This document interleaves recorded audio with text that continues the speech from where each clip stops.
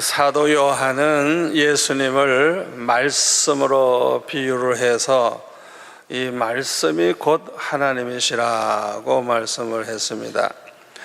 예수님이 하나님이시라는 거예요. 그래서 예수님이 태초에 하나님과 함께 계셨고 또 예수님이 만물을 다 창조하셨다고, 모든 만물 가운데 주님이 창조하지 아니한 것이 없다고 하면서 우리 예수님이 창조주 하나님이셨음을 증거하고 있습니다.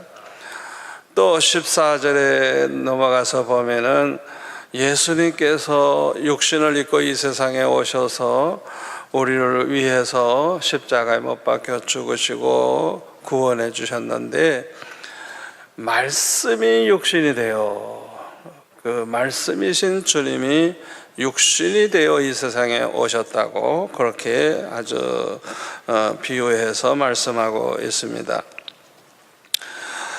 이렇게 예수님을 증거한 사도 바울은 이 요한복음 1장 4절 5절에 보면 그 안에 생명이 있었으니 이 생명은 사람들의 빛이라, 빛이 어둠에 비치되 어둠이 깨닫지 못하더라 하면서 9절로 넘어가면 참빛 곧 세상에 와서 각 사람에게 비추는 빛이 있었나니 그가 세상에 계셨으며 세상은 그로 말미암아 지은 바 되었으되 세상이 그를 알지 못하였고 자기 땅에 오매 자기 백성이 영접하지 아니하였으나 영접하는 자 곧 그 이름을 믿는 자들에게는 하나님의 자녀가 되는 권세를 주셨다, 이렇게 말씀하면서 이번에는 예수님을 빛으로 비유했어요. 빛으로. 여러분, 모든 빛이 다 하나님은 아니죠? 그렇죠? 빛이 하나님이 아니에요. 하나님을 빛으로 비유한 거예요. 아멘. 그거를 잘 혼돈하지 마시기 바랍니다. 하나님을 빛으로 비유한 것이지, 예수님을 빛으로 비유한 것이지, 빛이 하나님이 아니에요. 빛이 예수님이 아니에요. 비유한 것뿐이에요. 요한일서 1장 5절에 보면 하나님의 빛이라고 하면서 사도 요한은 하나님을 또 빛으로 그렇게 비유했어요. 예수님을 빛으로 또 하나님을 빛으로 그렇게 비유하고 있습니다. 요한복음 8장 12절에 보면 예수님께서 친히 말씀하시기를 나는 세상의 빛이니, 나는 세상의 빛이라고. 또 요한복음 12장 46절에 보면 나는 빛으로 세상에 왔나니, 빛으로 오셨다고 그렇게 말씀하고 있습니다.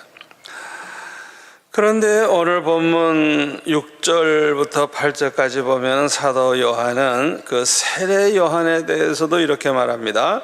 하나님께로부터 보내심을 받은 사람이 있으니 그의 이름은 요한이라. 그가 증언하러 왔으니 곧 뭐에 대해서? 빛에 대하여 증언하고 모든 사람이 자기로 말미암아 믿게 하려 함이라. 그는 이 빛이 아니요 이 빛에 대하여 증언하러 온 자라. 그러니까 세례 요한이 그 예수님보다도 6개월 먼저 태어났죠.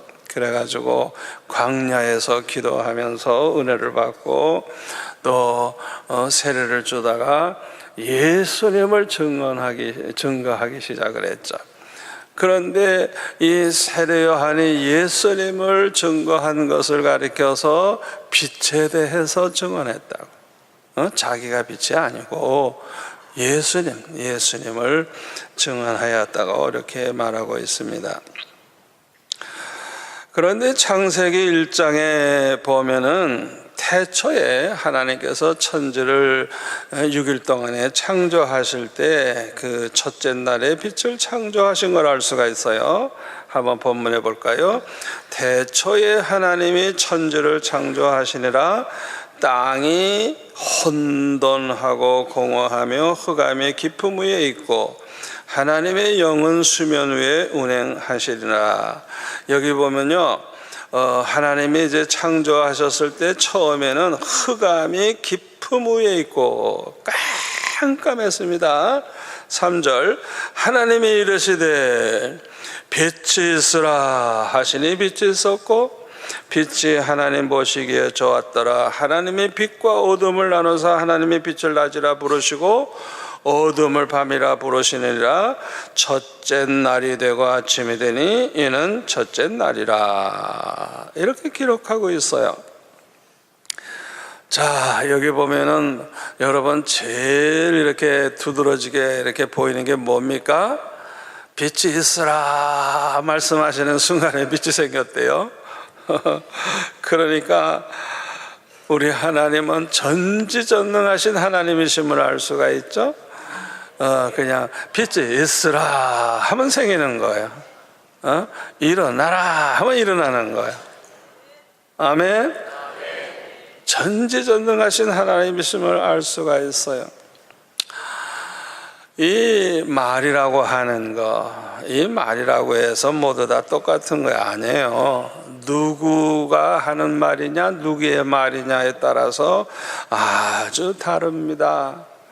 그런데 하나님의 말씀, 하나님이 말씀하신 그 말씀은 전지전능하신 하나님의 말씀이에요. 아멘. 그렇기 때문에 그 말씀에도 전지전능하신 그 권세가 그 속에 나타나는 거예요. 또 하나님은 아주 신실하신 분이에요. 완전하신 분이에요. 그렇기 때문에 하나님의 말씀도 신실해요.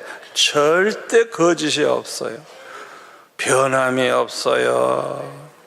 반드시 그대로 이루어져요. 하나님의 신실하신 같이 하나님의 말씀도 신실하다는 걸 믿으시기를 바랍니다. 그렇기 때문에 이 성경 말씀 하나하나가 얼마나 중요한지 몰라요. 왜? 그 말씀이 진리일 뿐만 아니라 그 말씀대로 반드시 이루어지기 때문에 그래요. 천지는 변해도 하나님 말씀은 절대 변함이 없어요. 아멘. 그래서 베드로전서 1장 24절 5절에 보면 그러므로 모든 육체는 풀과 같고 우리의 육체는 풀과 같대요. 잠시 살다가 그냥 가는 거예요. 그 모든 영광은 풀의 꽃과 같으니 풀은 마르고 꽃은 떨어지되 다 같이요. 오직 주의 말씀은 세세토록 있도다 하였으니 너에게 전한 복음이 곧 이 말씀이니라. 아멘. 하나님의 말씀은 전진전능하실 뿐만 아니라 영원히 변함이 없고 영원히 살아있다는 거예요. 세상은 다 없어질 날이 오고 변화가 오지만은 하나님의 말씀은 세세토록 있도다 그랬어요. 제가 초등학교 6학년 때부터 예수 믿고 지금까지 살아오면서 보면은 참 제가 처음부터 성령을 제대로 받은 것 같아요. 왜냐하면 그 어렸을 때 생각한 거, 어렸을 때 은혜 받은 것이 평생 똑같아요. 또 고등학교 2학년 때 금식 기도할 때 주님이 찾아오셔서 말씀해 주신 그 주님, 저에게 때때로 말씀하시는 그 주님, 한 번도 그 말씀이 어긋난 적이 없어요. 그러니까 저는 기도하다가 주님이 말씀하시면 그냥 그대로 이루어지는, 어떤 어떤 그냥 불가능해 보여도 이루어지는 전지전능하신 분의 말씀이시기 때문에 언제나 그대로 이루어지는 것을 봐왔기 때문에 저는 그냥 할렐루야로 그냥 영광을 돌립니다. 네, 다 이루어질 게 뻔하니까, 반드시 그대로 되니까. 전지전능하신 분이기 때문에 그게 가능한 거예요. 신실하신 분이기 때문에 반드시 그 말씀하신 대로 약속을 지키시는 분이에요. 아멘. 얼마나 좋으신 하나님인지 몰라요. 우리 하나님은요, 실수가 없어요.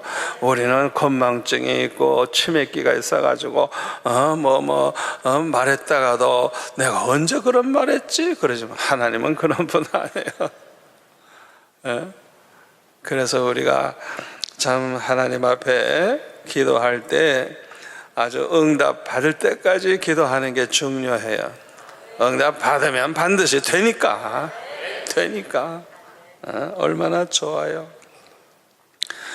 성경에 보면 다메섹 도상에서 사울이 부활하신 주님을 만나죠. 그 사도행전에 그 기록을 몇 번 반복해서 나와요. 그걸 종합해 보면요, 이야, 그때 하신 말씀의 분량이 굉장해요. 그냥 그때 간단히 말했을 뿐이지 그 말씀을 다 합쳐보면 이 사울이 장차 이방인의 사도가 돼서 복음을 전하면서 또 많은 고난받을 것까지 미리 다 말씀하셨어요. 미리 다. 성경에 보면 그 말씀대로 된 것을 알 수가 있어요. 우리 하나님은 반드시 말씀하신 대로 이루신다는 걸 믿으시기를 바랍니다. 그런데 창세기 1장 5절 6절에 보면 15절 창세기 1장 15절에 보면 또 광명체들이 빛을 발하는 이 빛을 발해주는 이 광명체들이 하늘의 궁창에 있어 땅을 비추라 하나님 말씀하시니까 그대로 되니라. 하나님이 두 큰 광명체를 만드사 큰 광명체로 낮을 주관하게 하시고 작은 광명체로 밤을 주관하게 하시며 또 별들을 만드시고. 그래서요, 여기 큰 광명체는 태양, 해를 가리켜요. 태양. 그래서 이 낮을 주관하게 하셨다는 거예요. 태양이 항상 이렇게 비추면 낮이 되는 거예요. 또 작은 광명체, 여러분 여기서 작다는 말에 이제 너무 마음 쏟지 마시고 이것도 광명체라는 걸 알아주세요. 이거 달이에요, 달. 이 달은 이제 밤을 주관하게 했다는 거예요. 이 달이라고 하는 것은 그 태양의 빛을 받아가지고 이렇게 반사하죠. 그러나 하여튼 그 달도 우리에게는 발광체랍니다. 발광체. 예? 그 밤에도 빛은 있어요. 다만 빛이 약할 뿐이에요. 왜 밤에는 이렇게 달을 약한 발광체를 비추게 하셨을까요? 잠자는데 그게 좋으니까. 잠자는데 너무 밝으면은 얼마나 잠도 안 오고 그래요? 그러니까 깊은 수면을 해서 아주 이제 피곤을 풀도록 하나님이 그렇게 하신 것입니다. 자, 그런데 이 빛의 역할이 첫째로는 밝게 해주죠. 밝게 해줘요. 그래서 어두움이 다 물러가게 하는 그런 역할을 합니다. 어두움이라고 하는 것은 빛으로만 해결할 수가 있어요. 아멘. 어둠이 아무리 쫙 깔려 있어도 걱정할 필요가 없어요. 불을 딱 켜는 순간에 어둠이 사라져 버리니까요. 어둠이라는 것은 빛 앞에서는 꼼짝 못해. 그냥 빛만 비추기만 하면 그 순간에 어둠은 사라지는 거예요.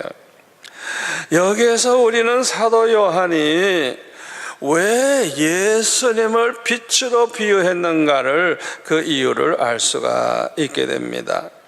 우리 예수님만이 죄악으로 말미암아 어두워진 이 세상을 밝은 세상으로 만들어줄 수 있기 때문에, 아멘. 그래서 이 빛으로 비유하고 있는 것입니다. 누구나 진심으로 예수님을 영접하면 그 개인이 밝아져요. 아멘. 개인이 밝아져. 그 사람의 가정이 밝아져. 아멘. 빛 대신 예수님을 영접하면 사람이 변화가 되는 것, 밝아지는 것. 어두웠던 사람이 밝아지고 가정이 밝아지고. 요한복음 12장 46절에 보면 나는 빛으로 세상에 왔나니, 세상을 밝게 해주는 빛으로 오셨다는 거예요. 두 번째로 빛은 따뜻하게 해주죠. 햇볕이 얼마나 따뜻해요?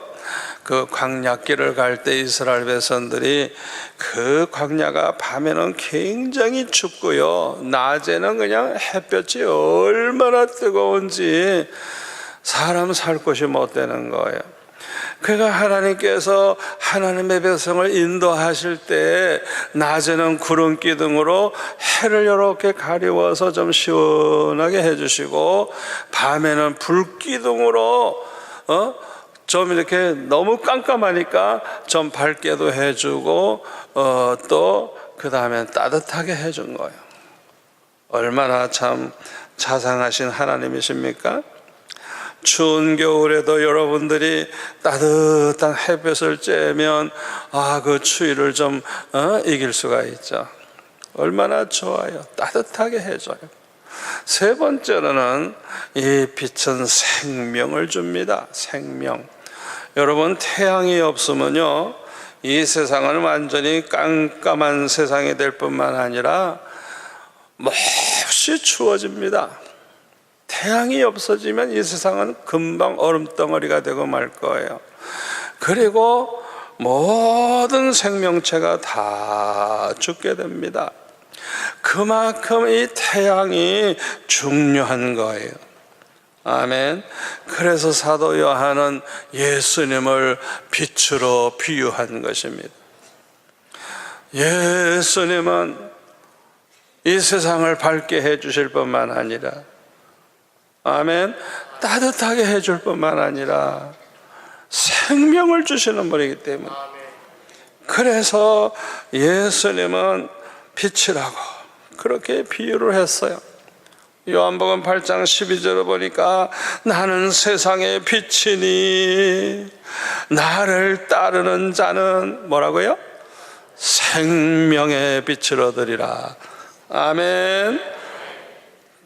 주님은 빛으로 세상에 오셨기 때문에 예수님 따르는 자는 생명의 빛을 얻으리라.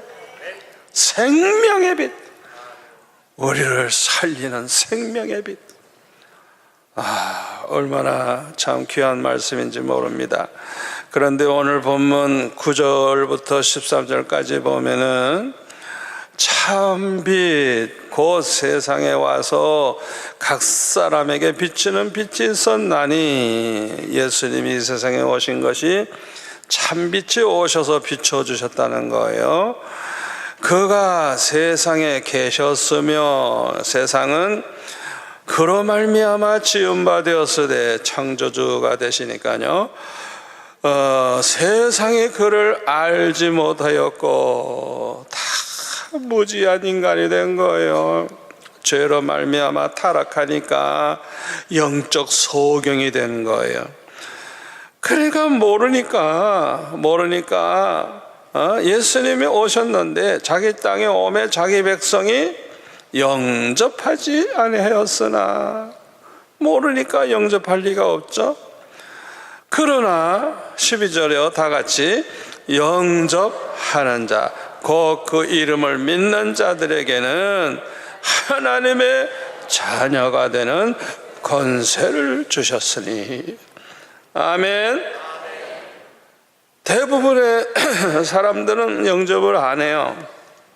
모르고 다 영접을 안 해요. 그런데 영접하는 사람이 있는 거예요. 소수지만 이렇게 영접하는 자, 그 이름을 믿는 자들에게는 하나님의 자녀가 되는 권세를 주셨다는 거예요. 요한복음 12장 36절에 보면 빛이 있을 동안에 빛을 믿으라, 그리하면 빛의 아들이 되리니. 아멘. 빛 대신 예수님을 믿으면 빛 대신 하나님의 자녀가 되는 줄 믿습니다. 누가복음 16장 8절에 보면은 이 세상 사람을 둘로 나눴어요. 하나는 이 세대의 아들들, 또 하나는 빛의 아들들. 두 가지로 딱 나누는 거예요.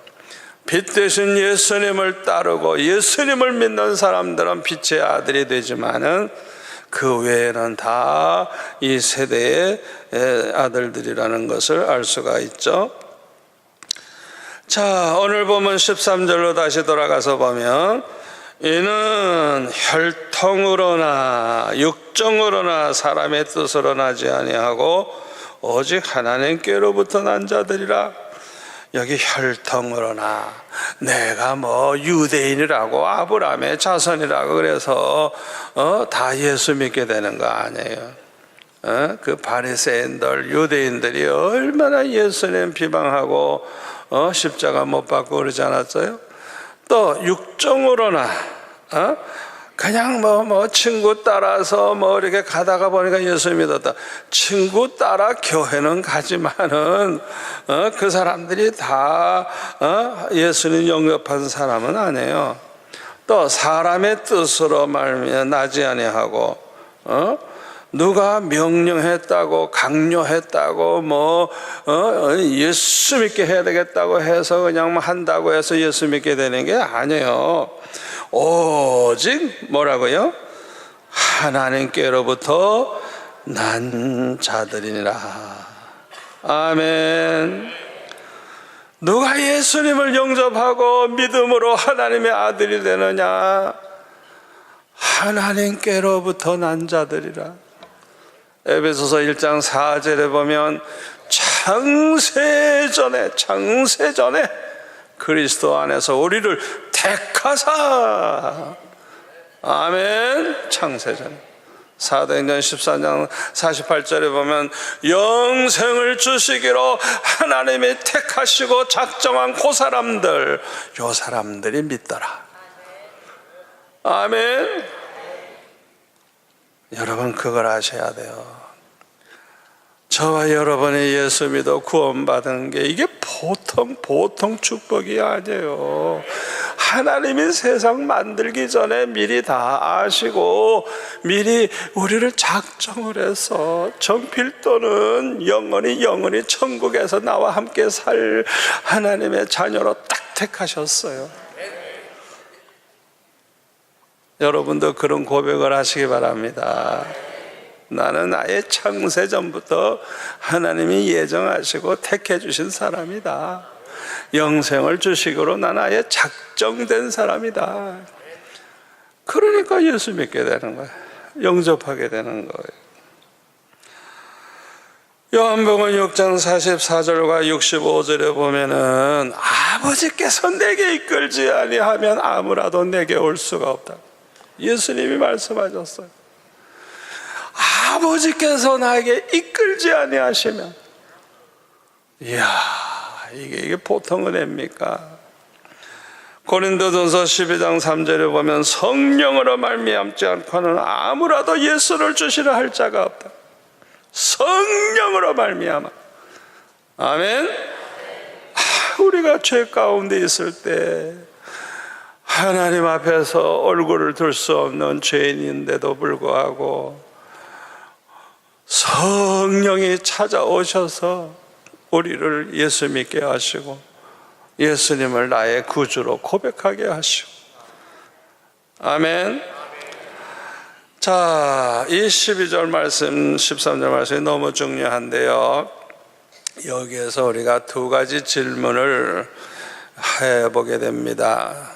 첫째로는요, 자, 그렇다면 그 사람이 진심으로 예수님을 영접했음을 어떻게 알 수 있을까요? 하는 질문입니다. 이렇게 교회 나온 사람들을 다 예수님 영접했다고 볼 수 없어요. 그 사람이 정말 예수님을 영접한 사람인지 아닌지 어떻게 알 수 있느냐, 이게 첫 번째 질문이거든요. 자, 가르쳐 드릴게요. 마태복음 18장 5절. 또 다 같이요. 또 누구든지 내 이름으로 이런 어린아이 하나를 영접하면 곧 나를 영접함이니. 여기 어린아이는 뭐 나이 어린 애들도 뭐 말하겠지만은 아주 그냥 뭐 별로 보잘것없는 별로 관심이 없는, 사람들이 관심을 갖지 않는, 뭐 내 자식이 아니니까 또 그 아이들을 보면 좀 부담스러워하기도 하고, 아이고 그 뭐 아이들에서 뭐 얻을 게 뭐 있겠어요. 내가 도와주고 먹을 거 주고 오히려 귀찮죠. 그런 이제 대표적인 사람이 이제 여기서 나오는 어린아이죠. 이런 어린아이를 영접하면 이 사람은 예수님 영접한 사람이라는 거예요. 자, 제가 얼마나 알기 쉽게 설명합니까? 너무너무 쉽죠. 자, 그 다음에 마태복음 10장 40절에 보면 예수님이 제자들에게 하시는 말씀이에요. 너희를 영접하는 자는 나를 영접하는 것이요, 나를 영접하는 자는 나를 보내신 내 아버지를 영접하는 것이니라. 아멘.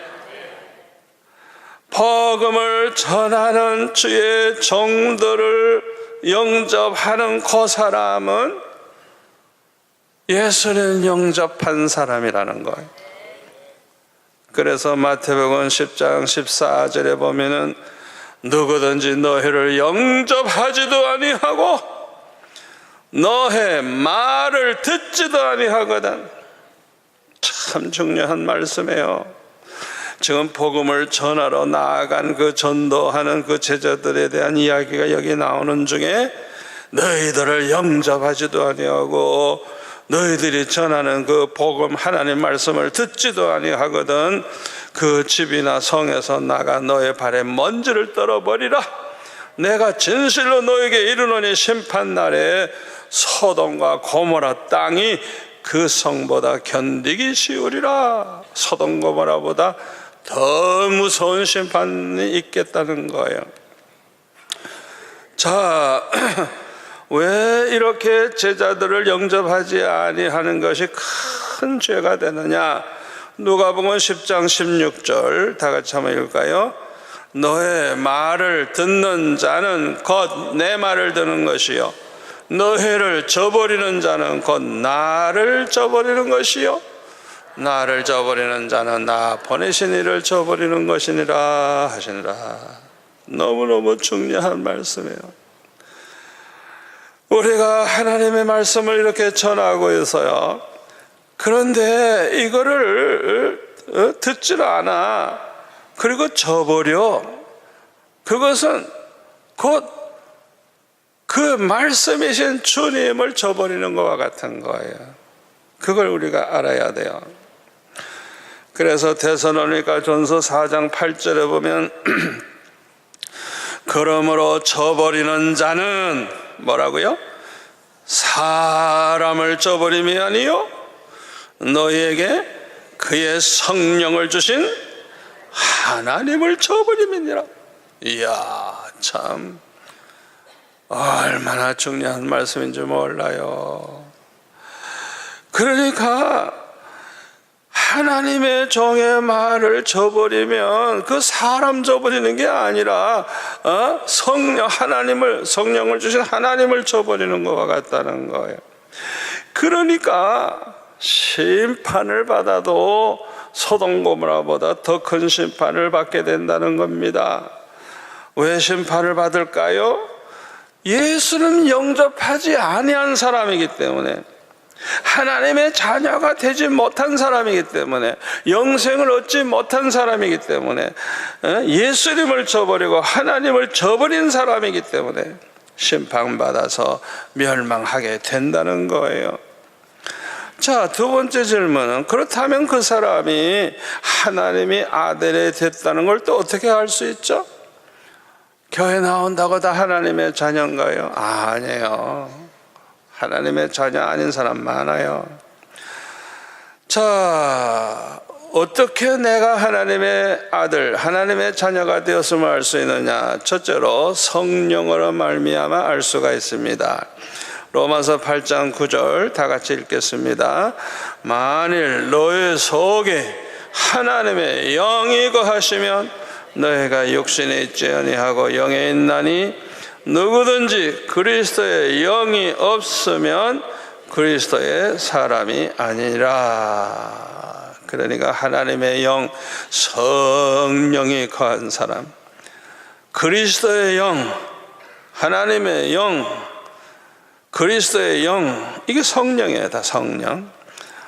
그리스도의 영이 없으면 그리스도의 사람이 아니라. 그러니까 고린도전서 3장 16절 말씀대로 너희는 너희가 하나님의 성전인 것과 하나님의 성령이 너 안에 계시는 것을 알지 못하느냐. 그러니까 예수님 영접한 사람들은 그 안에 성령이 계세요. 이 성령으로 말미암아 내가 구원받은 하나님의 자녀라는 걸 알 수가 있어요. 로마서 8장 14절에 보면, 무릇 하나님의 영으로 인도함을 받는 사람은 곧 하나님의 아들이라. 너희는 다시 무서워하는 종의 영을 받지 아니하고 양자의 영을 받았으므로 우리가 아빠 아버지라 부르짖느니라. 다 같이요. 성령이 친히 우리의 영과 더불어 우리가 하나님의 자녀인 것을 증언하시나니. 자녀이면 또한 상속자고 하나님의 상속자요 그리스도와 함께한 상속자니, 우리가 그와 함께 영광을 받기 위하여 고난도 함께 받아야 할 것이니라. 아멘. 우리 안에 계신 그 성령이 우리가 하나님의 자녀인 것을 증언해 주신다는 거예요. 아멘. 그래서 내 안에 계신 그 성령으로 말미암아 내가 하나님의 자녀라는 걸 알게 되고 믿게 되는 거예요.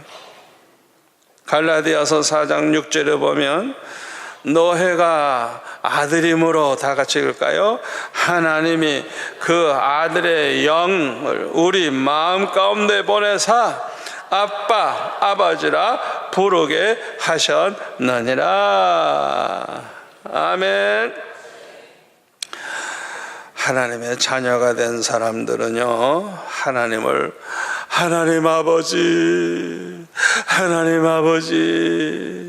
저 같은 경우는 아버지가 일찍이 돌아가셔서 아버지가 얼마나 그리운지, 하나님이 내 아버지 되신 게 얼마나 감사한지, 그냥 중학교 때 그냥 하루 종일 아버지 아버지 부르면서 기도했어요.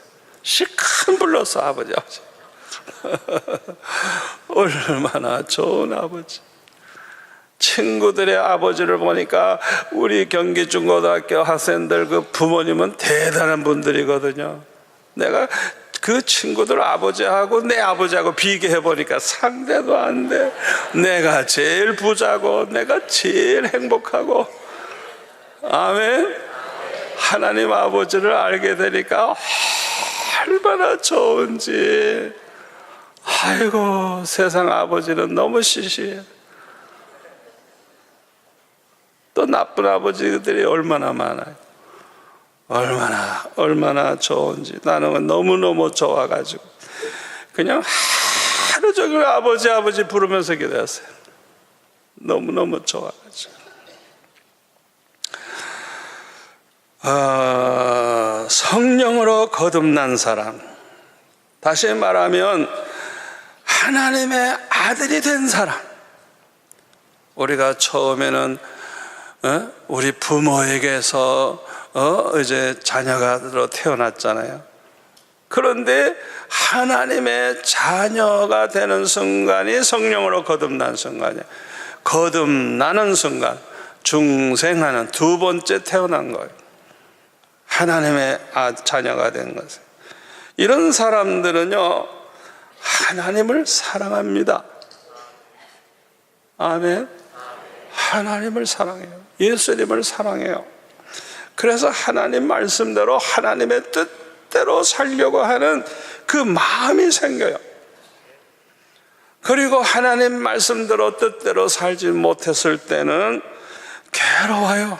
그래서 회개를 하게 됩니다. 이것이 아주 거듭난 사람, 하나님의 자녀가 된 사람의 아주 확실한 증거입니다. 그걸 증거해 주는 거예요.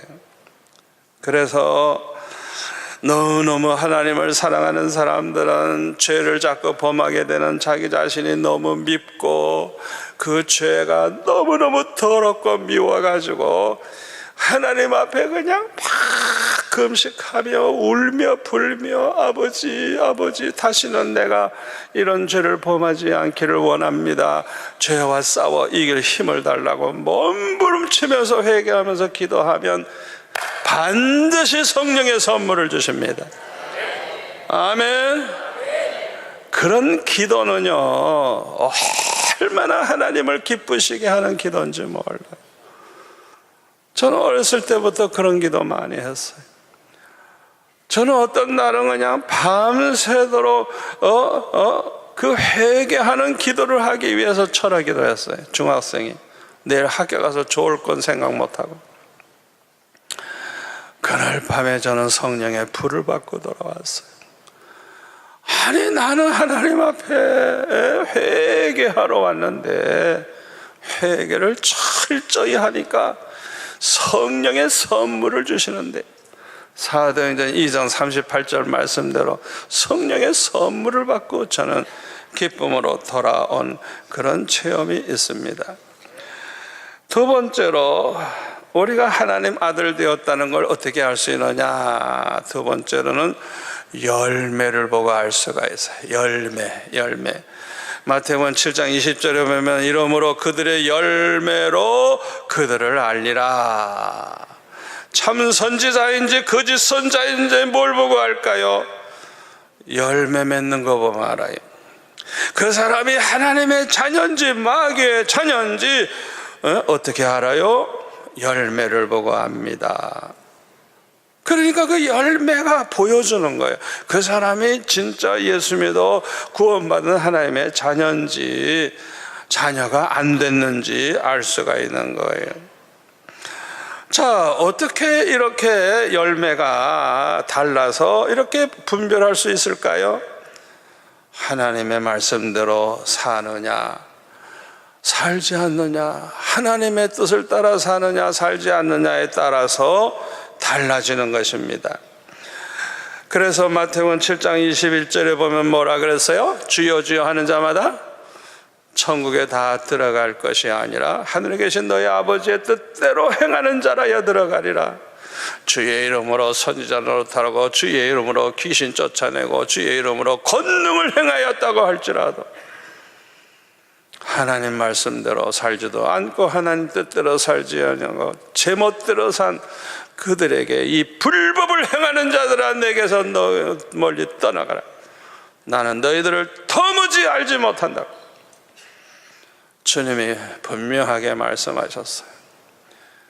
대부흥사가 됐다고, 교회 집사 장로가 됐다고, 평생 한국 교회를 움직이는 그런 지도자가 됐다고 그래서 하나님의 자녀라는 증거는 아니에요. 그 사람이 하나님 말씀대로 사느냐 하나님 뜻대로 사느냐 그걸 보면 아는 거예요. 다른 거 보고 아는 게 아니에요. 열매로 아는 거예요. 열매. 아멘. 열매가 중요한 거예요. 에베소서 5장 8절부터 보면은 너희가 전에는 어둠이더니 이제는 주 안에서 빛이라. 우리는 이제는 빛의 자녀가 됐어요. 빛의 자녀들처럼 행하라. 빛의 열매는 다 같이요, 모든 착함과 의로움과 진실함에 있느니라. 주를 기쁘시게 할 것이 무엇인가 시험하여 보라. 우리가 얼마나 착할 때, 의로울 때, 진실하게 살 때 얼마나 하나님이 기뻐하시는가 알 수 있죠.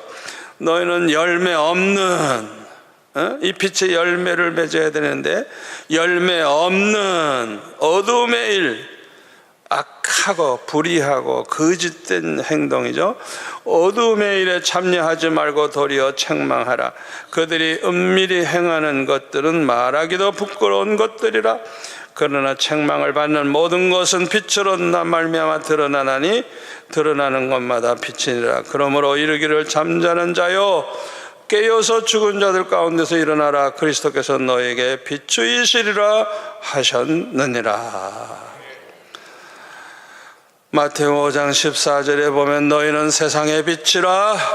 산 위에 있는 동네가 숨겨지지 못할 것이요 사람이 등불을 켜서 말 아래 두지 아니하고 등경 위에 두나니 이러므로 집안 모든 사람에게 비추느니라. 다 같이요, 이같이 너의 빛이 사람 앞에 비치게 하여 그들로 너의 착한 행실을 보고 하늘에 계신 너희 아버지께 영광을 돌리게 하라. 아멘. 우리가 빛의 열매를 맺어서 우리가 착한 일을 많이 하고 의로운 일을 많이 하고 진실하게 살면 우리는 세상에 빛이 되는 거예요. 우리가 세상에 빛이 되는 거예요. 그래서 하나님께는 영광 돌리게 되는 거예요. 아멘. 빛의 열매가 세 가지, 착하고 의롭고 진실이어야 돼요. 그래서 요한일서 3장 17절에 보면 누가 이 세상의 재물을 가지고 형제의 궁핍함을 보고도 도와줄 마음을 닫으면 하나님의 사랑이 어찌 그 속에 거하겠느냐. 자녀들아, 우리가 말과 혀로만 사랑하지 말고, 그 다음에 뭐라고요? 행함과 진실함으로. 요 진실이 빠지면 안 돼요. 신앙생활에 진실이 빠지면 안 돼. 예배도 진실한 예배, 기도도 진실한 기도. 아멘. 믿음도 진실한 믿음. 얼마나 중요한지 몰라요. 요한복음 3장 19절에 보면요, 악한 사람들, 세상 사람들은요 자기 행위가 악하기 때문에 빛보다 어둠을 더 사랑한대요. 그래서 악을 행하는 자마다 빛을 미워한대요. 왜요? 그 행위가 드러날까 봐. 빛 가운데서는 다 드러나니까. 그래서 빛을 싫어하는 거예요. 어둠을 좋아하는 거예요. 빛을 미워하고. 그 성경에 보면 서기관과 사두개인들, 바리새인들이 예수님을 얼마나 싫어했는지 몰라요. 왜요? 예수님 때문에 자기네들이 얼마나 나쁜 짓을 하는지, 얼마나 잘못됐는지 너무 밝혀지니까. 마태복음 23장 같은 데 보면 얼마나 저들의 죄악이 많은가를 알게 되죠. 그러니까 빛 앞에서는 그냥 다 드러나니까 예수님을 아예 죽여버릴 생각을 해버린 거예요. 예수님 때문에 우리는 망했다 이래가지고. 얼마나 악한 사람들입니까? 우리는 빛의 열매를 맺으면 하나님의 자녀라는 걸 증거해 주는 거예요. 자, 무엇보다도 중요한 게 사랑의 열매입니다. 그 사람이 믿음이 있느냐 없느냐 알려고 하면 사랑하는 마음이 얼마나 있느냐 그거 보면 아는 거예요. 하나님 사랑하지 않는 사람은 믿음 없어요. 믿음만큼 하나님 사랑합니다. 아멘. 또 믿음이 있느냐 없느냐 아는 방법은 형제를 사랑하느냐 안 하느냐 그거 보면 알아요. 요한일서 1장 5절에 보면 우리가 그에게서 듣고 너에게 전하는 소식은 이것이니 곧 뭐라고요? 하나님은 빛이시라. 그에게는 어둠이 조금도 없으시다는 것이니라. 만일 우리가 하나님과 사귐이 있다 하고 어둠에 행하면 거짓말을 하고 진리를 행하지 아니하거니와 그가 빛 가운데 계신 것 같이 우리도 빛 가운데 행하면 우리가 서로 사귐이 있고 그 아들 예수의 피가 우리를 모든 죄에서 깨끗하게 할 것이라. 요한일서 2장 9절 다 같이요. 빛 가운데 있다 하면서 그 형제를 미워하는 자는 지금까지 어둠에 있는 자요, 그 형제를 사랑하는 자는 뭐예요? 빛 가운데 거하여 자기 속에 거리낌이 없으나 그 형제를 미워하는 자는 어두움에 있고 또 그 어둠에 행하며 갈 것을 알지 못하나니 이는 그 어둠이 그의 눈을 멀게 하였음이니라. 아멘. 자, 그러니까 하나님은 빛이신데 우리가 하나님과 이렇게 사귐이 있다고 하면 그 사람은 반드시 빛 가운데 행한다는 거예요. 내가 빛 가운데 있는지 어둠에 있는지 뭘 보고 알아요? 형제를 사랑하는지 안 하는지 그거 보면 안다는 거예요. 제가 설명 아주 쉽게 잘하죠? 이해가 잘 되죠? 자, 그래서 요한일서 3장 10절에 보면 이러므로 하나님의 자녀들과 마귀의 자녀들이 드러나나니 알 수 있어요. 누구나 다. 저 사람은 하나님의 자녀구나 마귀의 자녀구나 알 수 있어요. 무릇 의를 행하지 아니하는 자나 또는 그 형제를 사랑하지 아니하는 자는 하나님께 속하지 아니하니라. 마귀에게 속한 자니라. 얼마나 두렵고 떨리는 말씀인지 몰라요.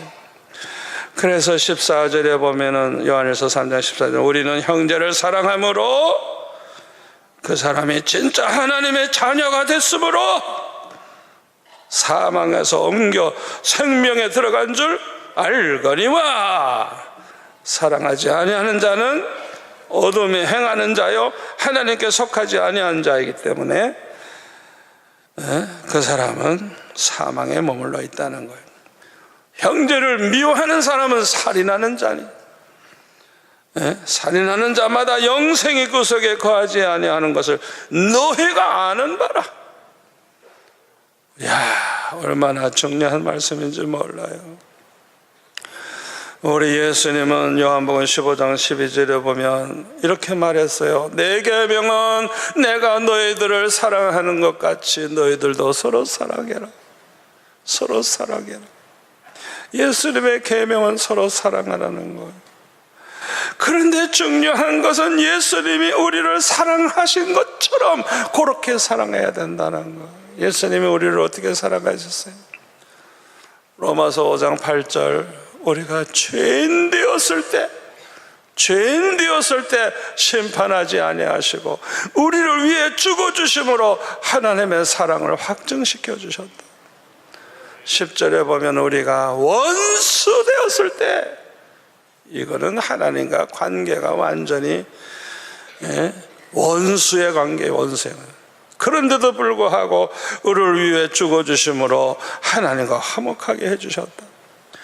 누가복음 23장 34절에 보면 예수님은 십자가에서 이제 그 고통 중에서도 마지막 하시는 말씀이 뭐냐? 아버지여, 저들의 죄를 저들에게 돌리지 마옵소서. 저들의 죄를 사하여 주옵소서. 저들이 하는 일을 알지 못함이니이다. 저 예수님을 십자가에 못 박고 예수님을 조롱하며 난리를 치는 그들을 위해서 기도하시면서 이 죄를 그들에게 돌리지 말라고, 그들의 죄를 용서해 주시라고.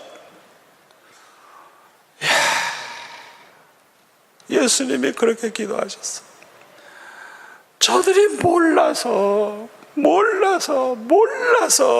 예수님이 메시아라는 걸 몰라서 지금 이렇게 실수하고 있는 거니까 하나님 불쌍히 여겨주시고 저들의 죄를 다 용서해 달라.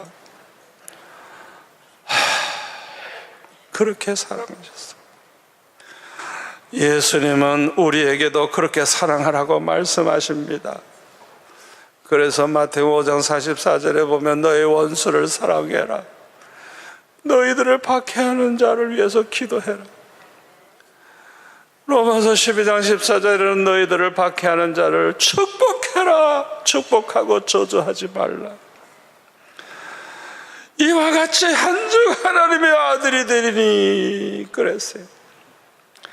마태복음 5장 46절에 보면요, 세상 사람들도 자기를 사랑하는 자를 사랑합니다.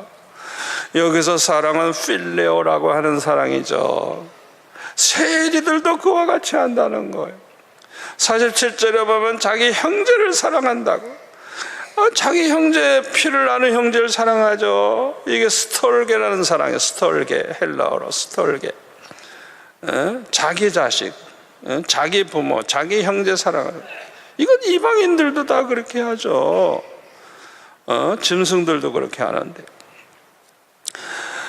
우리는 이런 일반적인 사랑만 해서는 안 되는 거예요. 우리는 예수님처럼 죄인까지, 원수까지 사랑하고, 우리를 박해하는 자를 축복하고 기도해 줄 수 있어야 하는 것입니다. 이거는 용서하는 마음이 없이는 할 수가 없어요. 다 무조건 용서해야 돼요. 그 사람이 용서를 빈다고 해서 용서하는 거 아니에요. 무조건 우리는 용서하고 그냥 잊어버리는 거예요. 아멘. 마태복음 6장 14절에 보면 우리가 사람의 죄를 용서해야 하나님도 우리를 용서해 주신다. 우리를 용서하지 아니하면 하나님도 우리를 용서하지 아니하신다 그랬어요. 우리가 이렇게 원수까지 다 용서하고 사랑해야 온전한 하나님의 자녀가 될 줄 믿습니다. 그래서 마태복음 5장 48절에 보면 그러므로 하늘에 계신 너희 아버지의 온전하신 것 같이 너희들도 온전하라.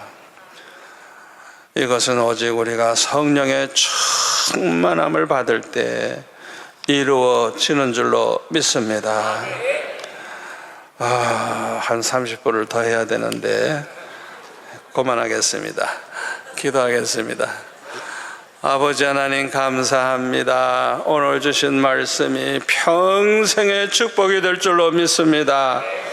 평생 교회 마당만 밟고 지옥 가는 자 하나도 없게 하여 주옵소서. 이 자리에 계신 모든 분들은 하나님의 자녀가 되게 하여 주시옵시사. 구원의 확신을 가지고 기뻐하며 감사하며 하나님 앞에 영광 돌리며 사는 복된 하나님의 자녀가 다 되게 하여 주옵소서. 예수님의 이름으로 기도하옵나이다. 아멘.